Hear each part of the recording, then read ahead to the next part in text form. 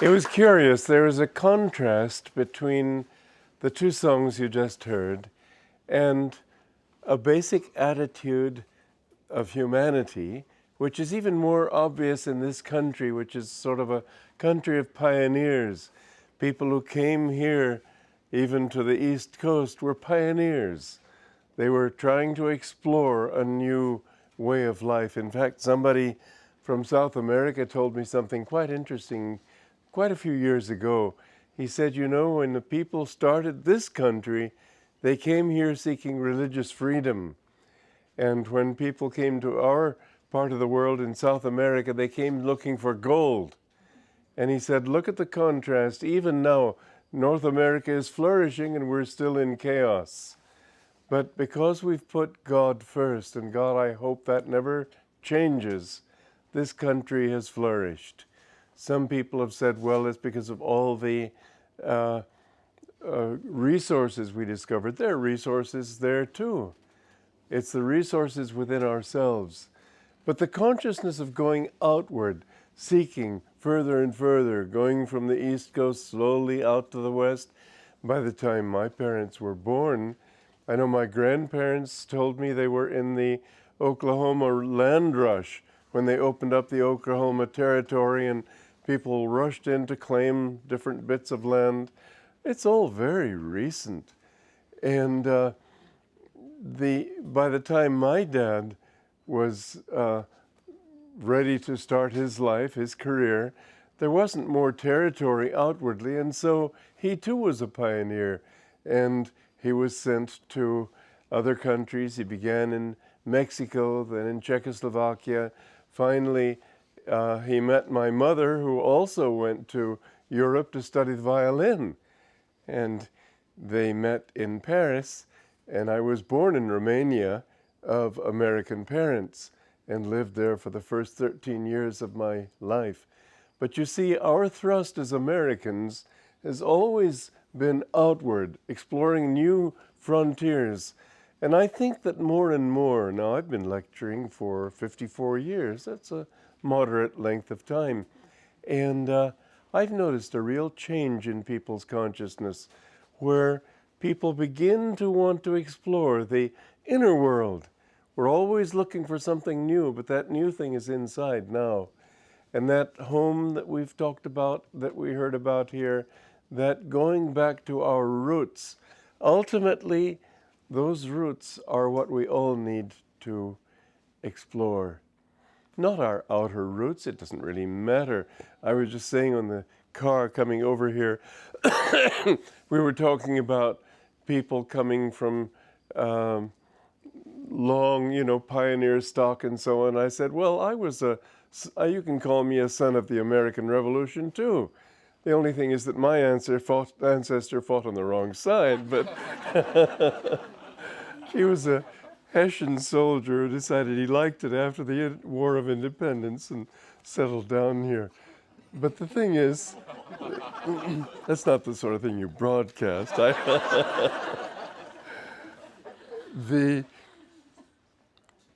What Yogananda tried to do, when you think, what is God? There's so many goofy ideas of what God is all about. God isn't some old man with a long white beard like on the ceiling of the Sistine Chapel creating Adam, or worse still, behind the altar in the Sistine Chapel, where you see God on the Judgment Day putting all his energy into condemning those poor people who didn't quite get it right. The anger, that gesture of, get out of here, I don't want anything to do with you. What a horrible image of God. I mean, he made us, he's stuck with us. And the fact is that I think that it's absurd to think that somebody for a few years should be condemned for eternity. I mean, you think what eternity really means. Eternity doesn't mean 100 years. It may seem like when you're 5 years old. I remember when I was 6 asking my dad when I'd be able to drive. And he said, well, not till you're 18. And I thought, oh my God, I'll never drive. Well, 18 came and went. Supposing somebody really sits down and thinks what it means to be condemned to hell for eternity. 100 years, nothing. 1,000 years, nothing. Billion years, nothing. 2 billion years, nothing. All the time you can possibly imagine is still nothing compared to eternity, which is without time, and there's no time in eternity. I can just imagine some poor sucker born, let's say, on the wrong side of the city in New York, raised among the gangs, not knowing any better, and getting killed at 16 years old in a gang shootout, and going to hell, of course, naturally. This is what we all think that he's likely to end up with. Just think of that poor fellow. He didn't know any better. And let's imagine 2 billion years down the road in that other place, somebody turning to him and say, well, say, Jose, what are you doing here? I can imagine after 2 billion years, Jose saying, well, gosh, I don't really remember. What a terrible concept of eternity and God and God's will. He's the one who made us. He put us here. He's got to get out of it. And it's his damn fault. If we make mistakes, we've got to learn. And how do you get it right? You can only learn by making your mistakes. Somebody who had a great success in business years ago was asked the secret of his success. He said it was because I have allowed people to make their mistakes. You know how many bosses, they're just afraid that, oh, you're going to do it wrong, and they're afraid of letting anybody do anything for fear they'll do it wrong. He said, go ahead. You'll learn. I think that's part of the secret of Ananda's success, that we let people be themselves, do their thing, learn their lesson. And many times I've dropped a good idea because people wanted to do something. I said, okay, let's try it.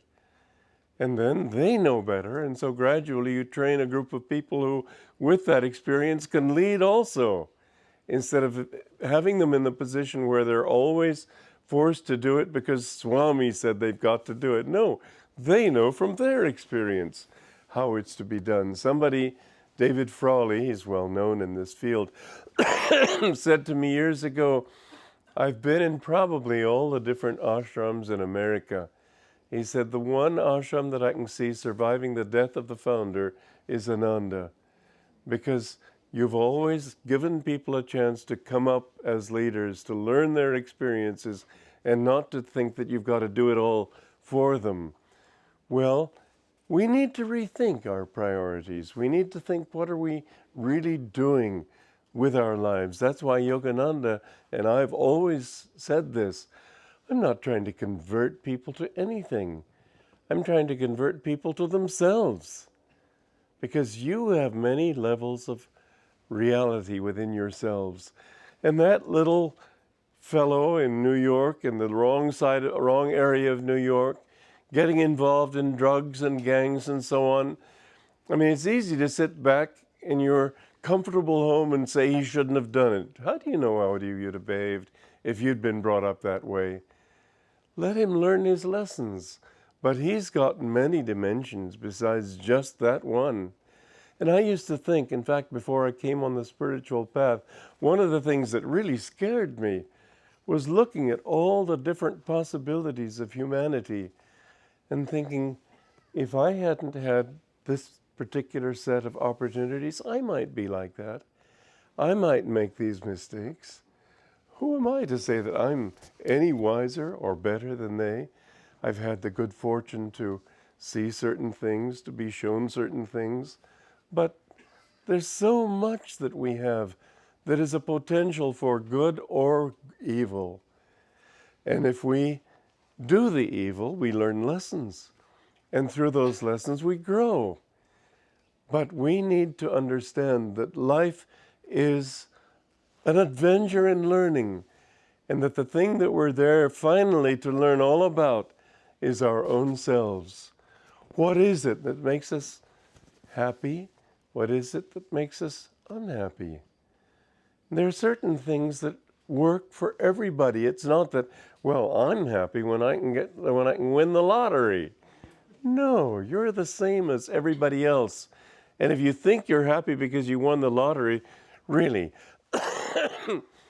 almost everybody who wins the lottery is dead broke after a few years. They didn't know what to do with all that money, and it ruined their lives in most cases, fortunately not in all. But in the cases where it didn't, they used that money to help other people. And so this is one of the things that we've learned at Ananda. And this is why I want to give this message this evening. We live in a community of hundreds of people. And we have an opportunity, because not everybody who comes is always exactly the same. In fact, one of the things that Ananda does is encourage not eccentricity, but an individuality. And in encouraging individuality, we encourage people to try to understand things in their way. This means variety. But in that variety, you find that there's a lot of diversity.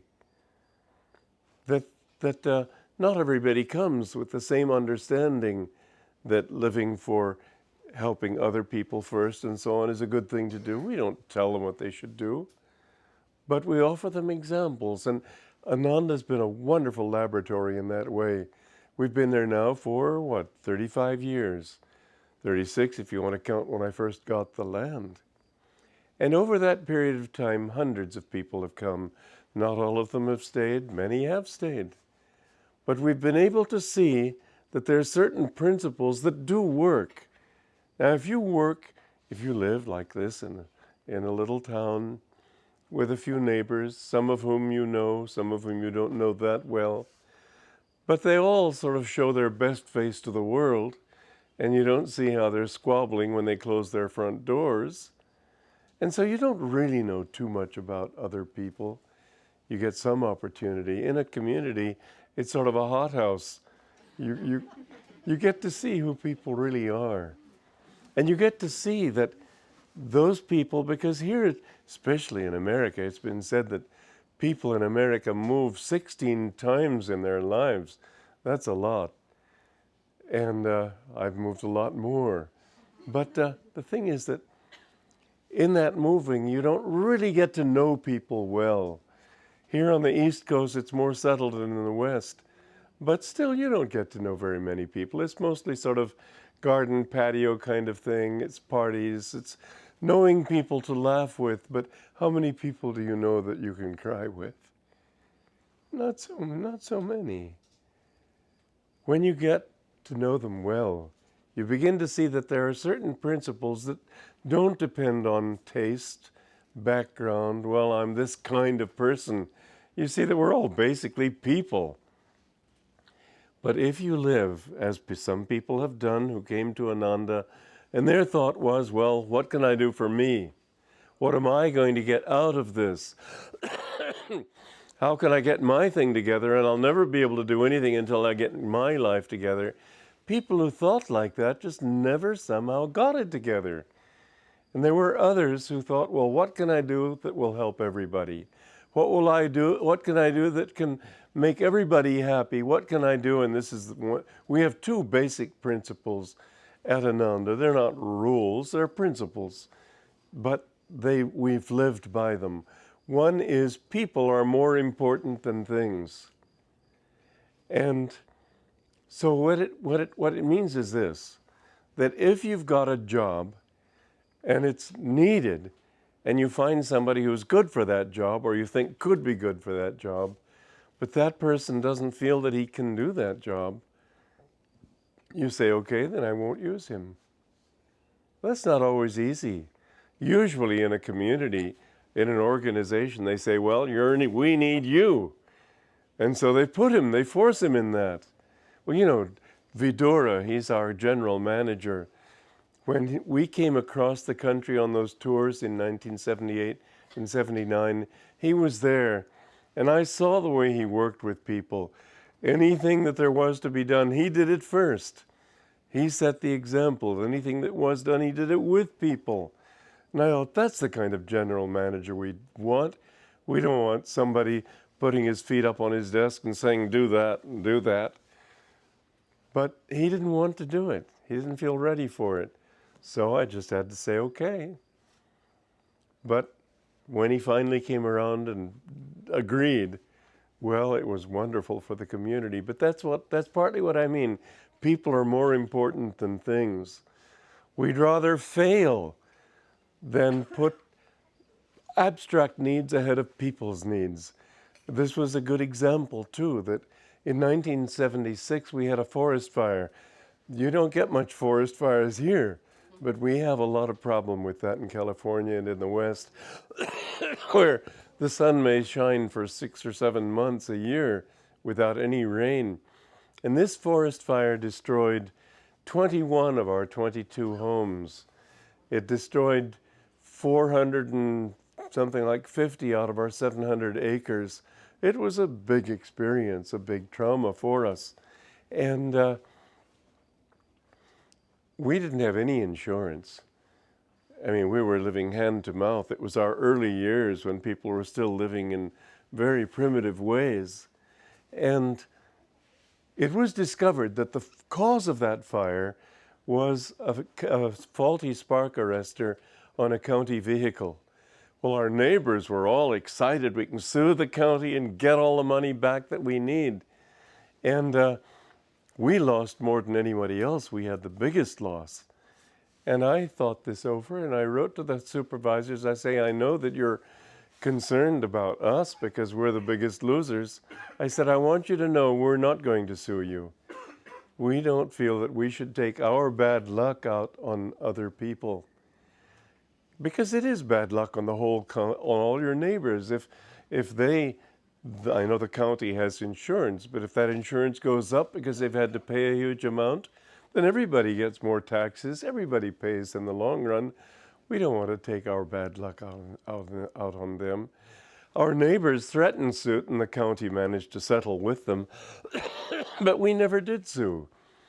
And we stood the very real possibility, if not probability, of bankruptcy. We thought we'd rather fail than do the wrong thing. And that's the next rule we have. People are more important than things is the first one. The second one is, it's a Bengali saying, it comes from Sanskrit, but Joto dharma, toto joya. Where there is dharma or right action, there is victory. Not victory over other people, just success in what you're trying to do in life. I've never fought against anybody, but I've had to sometimes fight hard for things I believe in. And with those two principles, Ananda has flourished. You know, one of the best pictures that we have of our community is the day after the fire. One of our members, her name is Asha, clearing up all the burned, charred embers, everything, and this big smile on her face. We just felt that whatever God takes from us, it's okay. We're living for Him. We're not living for a thing. And so we've flourished. And 10 years later, our neighbors were still grieving over what they had lost. We never had any grief to deal with. We just thought, if God wants to give us this test, okay. And if He wants to take everything from us, okay. We know what our priorities are. Our priorities are our love for Him. Now, these are attitudes which, if one person says he has it, you think, well, he's great and he's sort of remembered in history. When a group of people do it, you begin to think, hey, there's a principle here. It's not some person's personality. There's something real that all of us can learn from.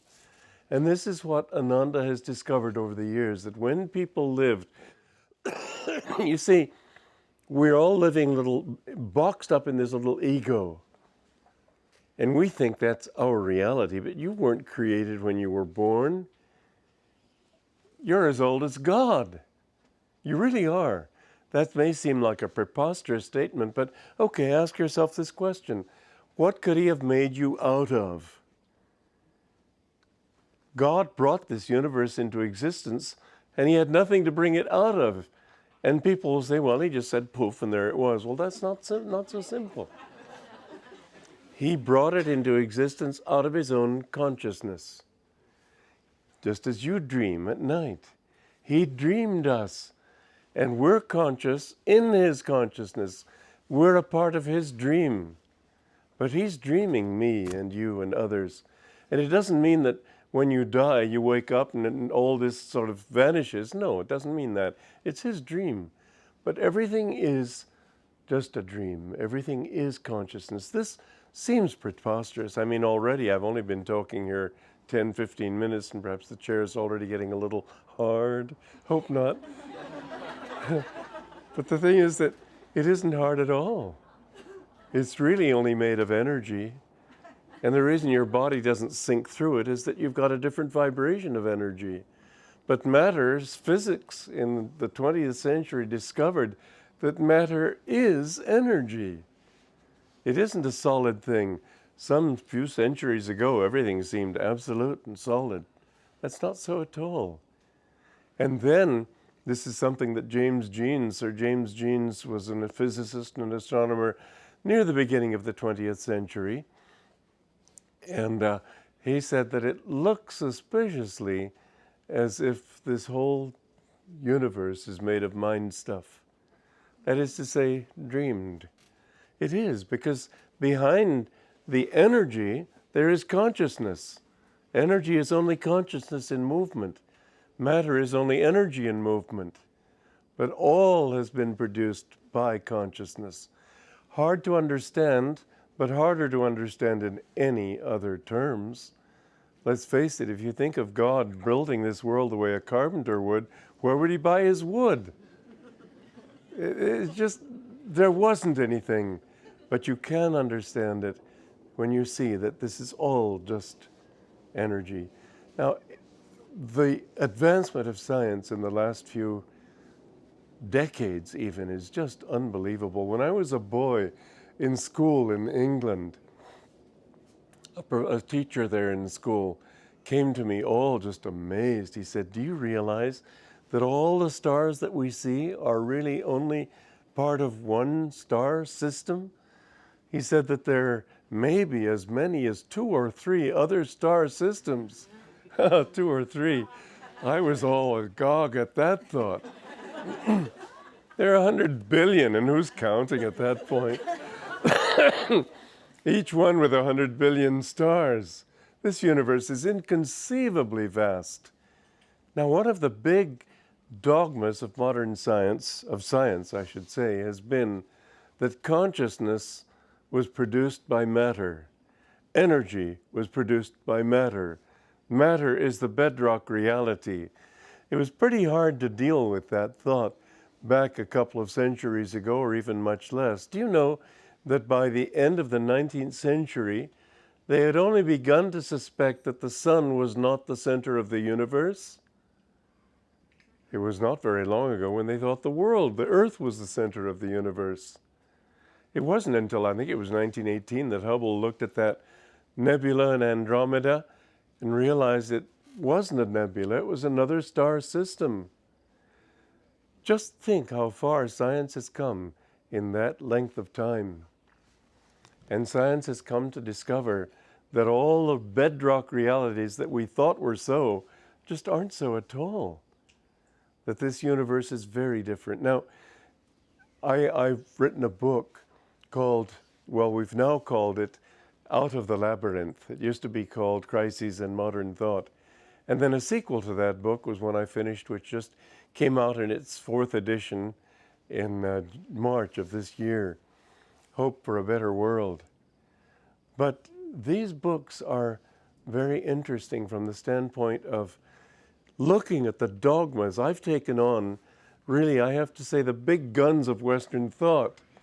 People like Plato and Adam Smith and Darwin and Freud and Karl Marx and so on, a whole bunch of them. And you might think, well, that's pretty presumptuous, but it's very interesting. It isn't presumptuous at all. And it was, a key to it was by a scientist whom I quoted in Out of the Labyrinth. He said, the more we study the universe, the more it looks like a page out of the Upanishads. The ancient teachings and teachers of India understood things in a way that we're only beginning to catch up with. And what seems, people, when they look at India and they see somebody with a long trunk for a nose and people with 4 arms and so on, they have a little hard time believing that they were sophisticated. There are many levels in Indian philosophy, and nobody in India is so stupid as to think that God really is those forms. Those are expressions, symbols of a higher reality. But behind that, there is this great Vedanta philosophy, which speaks of the vastness of the universe. And thousands of years ago in India, they were talking about that. And when you talk to those, not just people in the street, but those who really understand that philosophy, they see things in a very different way. There was a woman who came to India to visit Ramana Maharshi in southern India from London. And she said to him, "I've come a long way to get here." He said, "You haven't moved. The world has moved around you." And you know, it's very interesting when you think of it this way, that from the thought that the world is the center of the universe to the realization that there's no center anywhere, we're coming to the realization that in a way, every point in space is the center of the universe. There's no center, but it's center everywhere, circumference nowhere. You are the center of the universe, and you'll never understand anything except to the extent that you understand it with these 2 eyes and this brain. And behind this brain, this entity that you call your ego, but it isn't an ego. It's the infinite self temporarily manifesting in a body, but that same self is everywhere. And once you can break that barrier of ego consciousness, you discover that you're in everything. You're in everyone. And this is the consciousness that the great masters, not just in India, but in all religions, there have been great masters. The one beautiful thing about the religion in India, the traditions in India is this, that whereas in the West, because there's not been a philosophical basis for it, every saint that has come along has sort of given it as his teaching, but it hasn't entered the tradition. So each one had to rediscover it for himself. Whereas in India, it was an accepted thing, and each one contributed to the same growth of tradition. And so in India, when somebody comes up with a new explanation or the same old truth, it's easy to fit it into place. And you see that there's not a great difference between this teacher and that teacher. And whereas Western scholars love to talk about the bickering, there's never been bickering among the great ones. Buddha came, he didn't talk against the Vedas. He talked against clinging to the Vedas. That's different. Each one of these men came to help people to overcome their misunderstandings of the central truth. But the Vedas have central truths in them. And Buddha came to say, don't look for God and truth through all these ceremonies and rituals. They won't give you that. The karma kand, as it's called, is a means of fulfilling your human desires. But there's much more depth in the Vedas than that.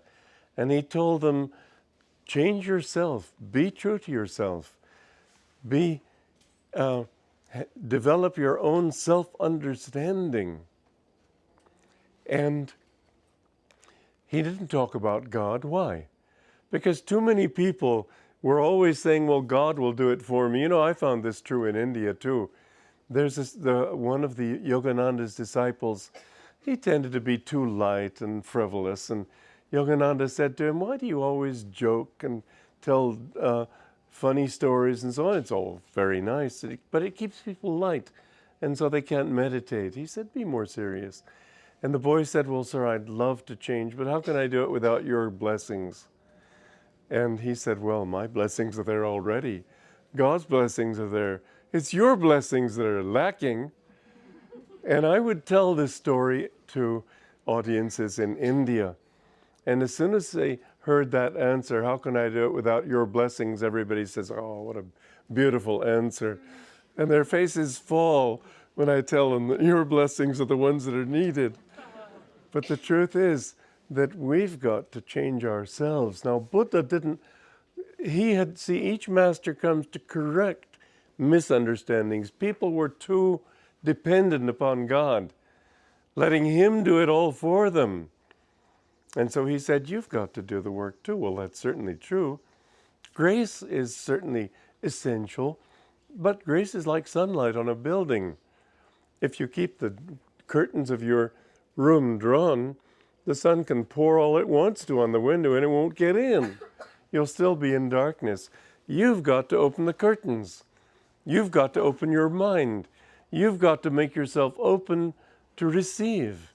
That's what it says in the Bible too. To all those who received him gave he power to become the sons of God. It's our receptivity. Well, anyway, Buddhists, misunderstanding Buddha, said that he didn't believe in God. Well, Buddha didn't have to believe in God. He knew it. But therefore, Shankaracharya came along, see all these masters come to correct, not the masters who were before them, but people's misunderstandings of those masters. And so Shankaracharya came and said that no, God is, but he's not a man with a trunk. He's an infinite bliss, Satchidanandam, infinite, ever-conscious, ever-new bliss. And this made people gradually, who became his disciples, begin to think, well, it's just that. And they lost their devotion. And so Ramanuja came and said, well, yes, it's true that this is so, but you never lose your own self. You don't lose your individuality. Yes, you lose it in a sense, but you always remember who you were. There's always that little spark. Selfhood is something that's eternal. And so he corrected people again, and Chaitanya came and corrected them again to bring people back to devotion. But again and again, these great masters have come to help us to see the central truth of our own being. And Shankaracharya and Buddha and Chaitanya and Ramakrishna and Yogananda, I can imagine them all. You know, a true follower of Muhammad is more beloved by Jesus Christ than a false follower of Jesus. This is not a game where you sort of sign up and become a member of a club. When you live right, you're loved by God and all his representatives. And if you don't live right, then it doesn't help at all to say, yeah, but I belong to such and such a church. He couldn't care less. When I die, God's not going to ask me, were you a good Catholic? I was a good Catholic. I am a good Catholic, because you know what Catholic means? Universal. There was this Monsignor, and the Jagadguru Shankaracharya, one of the leading Swamis in India, were invited to have a debate. And the Monsignor gave this long dissertation on the particularities of his beliefs. And when the Shankaracharya's turn came to lecture, he said, well, I agree with everything. I have no fault to find anything that you've said. The only thing I want to ask is that you say that your church is Catholic. Why do you have to put the word Roman before it? Well, that was a very good answer. If it's universal, how can you particularize it? So the Monsignor had to say, you're right. But the truth is that truth is universal. But God, when I die, isn't going to ask me such questions. He's going to say, how much do you love me? The amount that you love God, your own sincerity, is the thing that counts. And that's between you and the infinite. As Yogananda once said to us, there are many rats and mice living on the property down in the canyon there. They're not finding God. You've got to make love to God personally. It's not a question of what church you belong to. It's not a matter of what beliefs you subscribe to. Now, God is for everyone. And that means God is not a Protestant. God is not a Catholic. God is not a Hindu or a Muslim or a Buddhist or any of these ists. God just is. Somebody could say, I don't believe in God, and be much closer to God than someone else who marches in the streets proclaiming under a banner some particular kind of ism. Be true to your own higher self. God is for everyone in a much deeper sense. It isn't that God is particular. It isn't that God says, get out of here, you're not following me properly. I mean, he loves everybody just as much. He doesn't love Jesus more than you. Jesus came not to show us how great he was. He came to show how great we are in potential. All the great masters have come to show us this. This is why when people would talk of Yogananda's disciples, he said, I have no disciples. God is the guru. God is the teacher. Our role in life and the purpose of the guru is really like when I was a child in Romania, my parents gave me a bicycle. And I taught all the kids in the neighborhood to ride the bike that day. What I did was put them on the bike and hold the handlebar and hold the seat and run with them. And as they ran, at first they were very wobbly, and then finally they began to get the hang of it. And as I saw they had their balance, I let go of the handlebar and held the seat. Then after a while, when I saw that they were running and didn't need me holding the seat, I'd run with them, and they'd think for a while, that I was still running with holding on to the seat. But then they saw they were doing it, and then they took off. Well, that's what the guru's purpose is. He's here to help us get the hang of it. He's not here to make disciples. He's here to make you understand what it's all about. Who am I really? How do I live this life? How do I find what I'm looking for? Now, what are we all looking for? And this is the real secret of why God is for everyone. You know, there are certain impulses in life that everyone has. Darwin pointed out one of them, survival. But survival for what?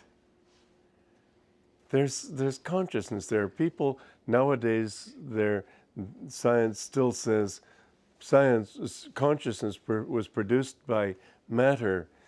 And they still think that if you can get a computer sophisticated enough so that it can think just like a human being, it can have consciousness. And maybe someday computers will take over the world. Well, it's pretty easy to deal with that kind of thought. What Yogananda did was to reduce these things down to the most simple possible context. Forget about computers that are sophisticated enough to think like human beings. What about worms? Surely a computer can produce the kind of intelligence that a worm has. It can make it wriggle. A computer could surely, with computer technology, we could produce the basic reactions of a worm. They could not produce consciousness. A worm has its own consciousness. And you can teach it certain things. You can't teach it much, but if you give a little electric shock, it may learn not to go in this direction, but rather to wriggle in that direction instead. And you can't predict what it will do, absolutely. This was one of the dogmas back in the early 1900s, where they thought that if we could just know everything about a person, we'd be able to predict exactly. And you've read probably novels of people who were so smart, they really had people so figured out they knew exactly how they'd behave under every circumstance. Well, the trouble is they don't play the game. People have their own agenda, and you just can't predict how even worms are going to behave, absolutely. You can't produce consciousness. Consciousness is not something secreted by the brain, like some sort of glandular whatever, because the brain was produced by consciousness. Everything in the universe is frozen consciousness. Consciousness is the bedrock of everything. When Descartes said, "I think, therefore I am," ask yourself this question. Aren't you more conscious when you think less? When you're without thoughts is when you are often the most conscious. You know, you can look at a beautiful sunset and the person is there busily scribbling and saying, "No, let's see, it's beautiful because it's got red and green and blue and gray, right." And he's analyzing it all. Is he more aware? Or what about that person who's just absolutely absorbed in that sight? The truth is that people who are busy chattering are much less aware of what's going on than people who are listening. And listening means not thinking. Consciousness does not depend on thought. And the fact is that you can go beyond thought and be much more aware. And this is what you discover, and Descartes didn't meditate, so he didn't know what this was all about. But the fact is that when you're meditating, you suddenly are aware you're not thinking, and yet you're much more aware. Now that awareness is what produced this universe, and it didn't produce that awareness. Now, in awareness, there are 4 basic qualities. In India, they call it Mon, Buddhi, Ahankar, and Chitta. Mon means mind. Buddhi means intellect. Ahankar means ego. Chitta, most scholars get it wrong. They don't understand that, and I'll get to that in a moment. But the mind is that which perceives. It's pre-discriminating, you might say. Or a good example that Sri Yukteswar gave was that when you see a horse reflected in a mirror, you see the horse, that's the mind. The mind mirrors what it perceives, but it doesn't involve itself yet, it's aware. Then the intellect steps in and says, "Oh, that's a horse."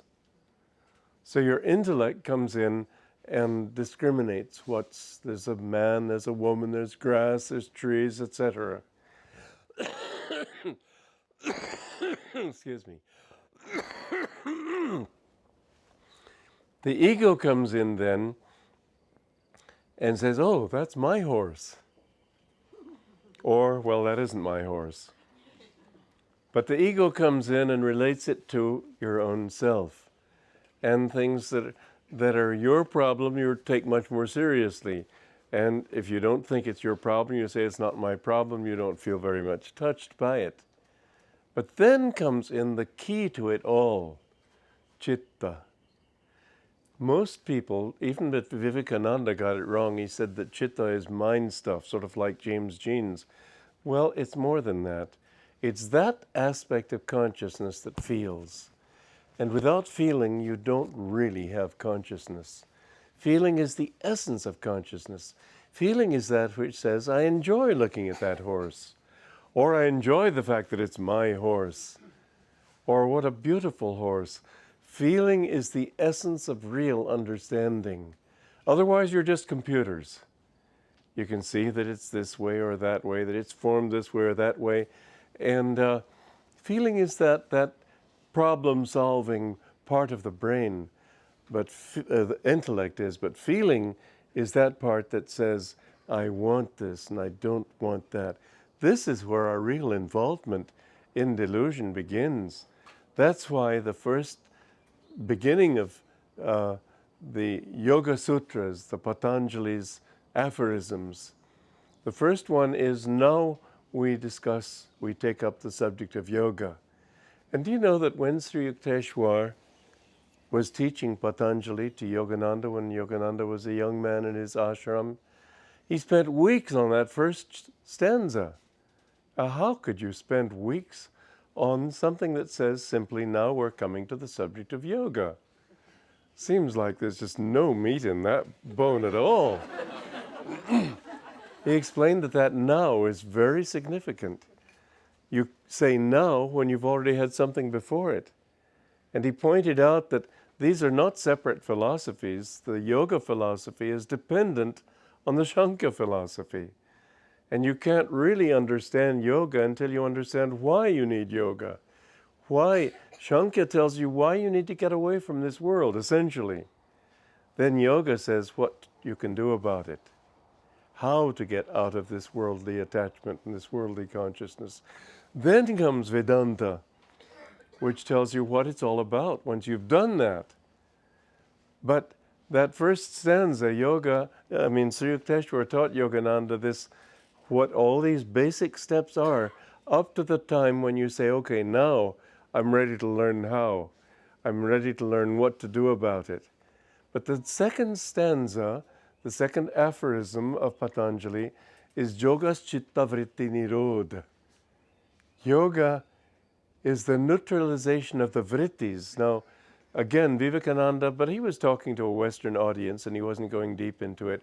He said the waves, the fluctuations of mind stuff. Vritti really means whirlpool or eddy. And the fact is that whenever you get a desire for something, you create a little vortex. You know, that's how the whole universe was created. That the most simple atom was a vortex around the central nucleus. That nucleus, in your case, is your thought of I. And when you have a desire, that thought rotates around it. And if you want something very strongly, if you will even rotate that thought consciously, you will develop the power to attract what you're looking for. But that thought of I want this, or I like this and I don't like that, that's the beginning of all our problems. Because the problem is this, that what you're really looking for, what impels life forward, not just that it's conscious, but that it feels, and that it's feeling. This feeling side, which is the essence of consciousness, says, I want to escape that which gives me pain, and I want to find that which gives me pleasure. This is the impulse in all of life. Why do animals eat? Because it hurts to be hungry. Perfectly simple.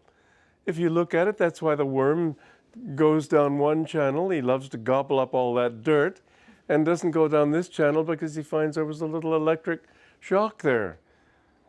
Pain and pleasure. This is the secret of all life. And among human beings, it becomes more sophisticated because human beings discover that pleasure isn't enough. You can have a great time getting drunk, but in the morning after, you don't feel all that great. You can have pleasures, but afterwards they don't seem all that fun. You eat too much and you begin to have a pain in your stomach. And so you discover that there's a difference between pleasure and what you really want, which isn't pleasure but happiness. Now, many human beings haven't reached the point of really understanding that. They confuse the two. Many of them have reached, I'd say most human beings have reached the point where they do know that they want to be happy, but they still confuse happiness to some extent with pleasure. And so they still think that if I can have this and that pleasure, I'll be happy. Bit by bit, as you see people becoming, because you look at a crowd of people and you see there are many different levels of evolution, you might say, in their consciousness. But bit by bit, you see that people grow, and the more they grow, and the more you grow in your own sophistication and in your own self-understanding, the more you understand that what you really want is not pleasure, but happiness. And the two aren't the same. You know, well, I remember I had open heart surgery years ago, back in 1994. They had to replace a valve. If they hadn't, I wouldn't be here today. And the surgeon afterwards, the cardiologist, asked me a couple of days later, he said, "How are you?" I said, "Great." He said, "Come on, you can't be great. You've got to be in a lot of pain." I said, "Yeah, of course there's pain, but I feel so great because I feel a level of freedom from dependence on this heart that I didn't have before. And that's why I feel great." Well, you see, we all feel that bit by bit, that the pains that we endure and the pleasures that we endure are something, they're sort of little reminders of something more. We want to be happy. And we can find, and most of us have to some extent found, a level of happiness that continues. There are ups and downs. You see how little children get all excited and upset about little things. And then 2 seconds later, the same little baby will be laughing and smiling. They have many ups and downs. We look at a baby and we may try to enter into its pain and grieve with it in a way and say, well, I'm sorry, Bobby, but sort of try to make him feel better. But we certainly don't start weeping our eyes out because they didn't get their cereal at the right temperature or whatever, because Jimmy got more than Bobby or whatever. We can pretty well take the rough with the smooth and this kind of thing. Well, life is the same thing. And the experiences that make some people just fall all to pieces, other people see these things and they say, well, it won't last.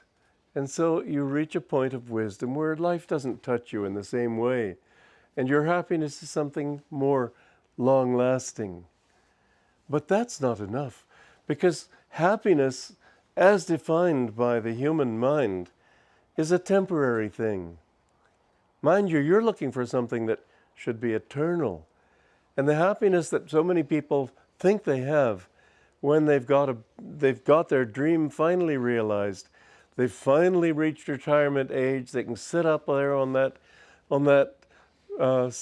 porch with their rocking chair and just watch the world go by, and ain't it blissful? Well, is it really?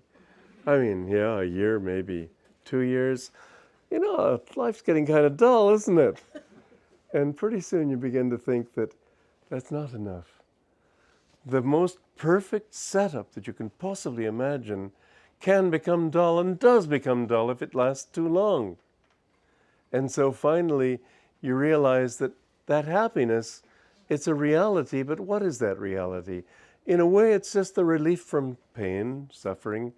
You don't have to worry about paying the bills, because you've got enough income. You don't have to worry about many things, but that's not the whole thing. You can get very bored even with happiness. What is happiness? There are moments in your life. I talked of that sunset. It's a good example. You're looking at that beautiful sunset. And in that moment, you feel there's something eternal. I remember once, years ago, a friend of mine and I walked up Mount Waterman in Southern California, which is, the mountains there are much higher than here. We were up around 7,000 feet, I think, on the side of the mountain. And it was one of those thrilling moments in life where the sun was going down and there was a certain amount of, the smog they have in Southern California. Well, it was casting this wonderful golden glow on the valleys in the west. But in the east, the full moon was rising, and that moon was casting this beautiful blue light in the valleys. And it was such a thrilling moment. And I remember this friend of mine saying to me, he said, if only I could feel it. And that's the truth of it, that the most wonderful moments, there's something, well, for example, you're looking at that beautiful moment and you're thinking, oh no, it's for supper. Or you're feeling a little sort of a queasiness in your stomach because what you had for lunch. Or you're bothered about these ants and mosquitoes. Life just doesn't give it to you exactly. You get little glimmerings, but that's all. But there's something that makes you think there has to be more. You see, there is more, because God is not somebody who, like a poker player, is sort of dealing out like that all the facts of this universe. He is bliss, and all those who have experienced him have known him as bliss. Listen, there's so many people who have found him in all religions, and not one of them has ever said, what a scam. They're all willing, eager, even to give up their lives to help us to find that same thing. Now that has to say something. They've found something real, and we're all looking for it. I know that living with Yogananda, living with other great saints too, but he was special to me. And feeling the bliss of his being, I thought nothing can ever touch that. And when you go into meditation and you feel the joy inside, and you know it's something real, and you know it isn't touched by anything external, you know that all the huffing and puffing and struggling and striving, trying to get this desire fulfilled and that ambition fulfilled and completed, you know you'll never get it together except in him. You know why? Okay, I'll give you a little secret. Because of the way this whole thing is set up from the beginning. God brought it into existence out of himself. Now, how could he do that? God, you could describe him as the ocean, which keeps one level. And the waves on the ocean seemed to rise high, but they couldn't rise high if there weren't a corresponding trough. I know that in Hilo, in Hawaii, they were telling me a few years after a major tidal wave that there was suddenly the water went down and they could see all these little fishes and mussels and so on, and those who didn't know any better went out there and tried to get what they could in their buckets while they could, not stopping to think that ocean going down meant the ocean would come up. And many people died because of that. But wherever there's a dip in the ocean, there's got to be a rise in the ocean. Because no matter how, because let's say each wave symbolizes one ego. And there are a lot of egos who think, well, I want to be bigger and taller and more important and so on. And so you try to rise higher and higher. Who needs God? But the higher you go, the more you're going to have to crash. It's just the simple reality. Life is never going to give you only an up. People think, well, when I get this job, when I can get this wife, when I can get this whatever, I'll have it made. Do you know that, let's just assume, as I personally deeply believe, that we live many lives. Do you know the sum total of all the ambitions of all those lives? But if you don't want to think that way, think of this life. The sum total of it all, it can't be anything different. It's got to be zero. And just think of all the effort that you put out to achieve what you want. And what's the end of it? It's all for nothing. Literally for nothing. But you know, in that nothing, there was a monk in India called Shunyabhai, Brother Zero. Because in that zero, you find everything. And this is the beautiful thing, that when you give up all these ambitions and these desires, it doesn't matter what your religion is. If you can just get to know yourself, if you can just get to know your relationship to the universe, if you can calm yourself and be completely receptive, you find there that there's a bliss that doesn't change. And no matter what happens, when people think how Jesus suffered on the cross, God, I remember, I was born in the Episcopal Church, and there was this song that they sang, this hymn in Ploiești, in Romania, but it was the Church of England, so they were singing it in English.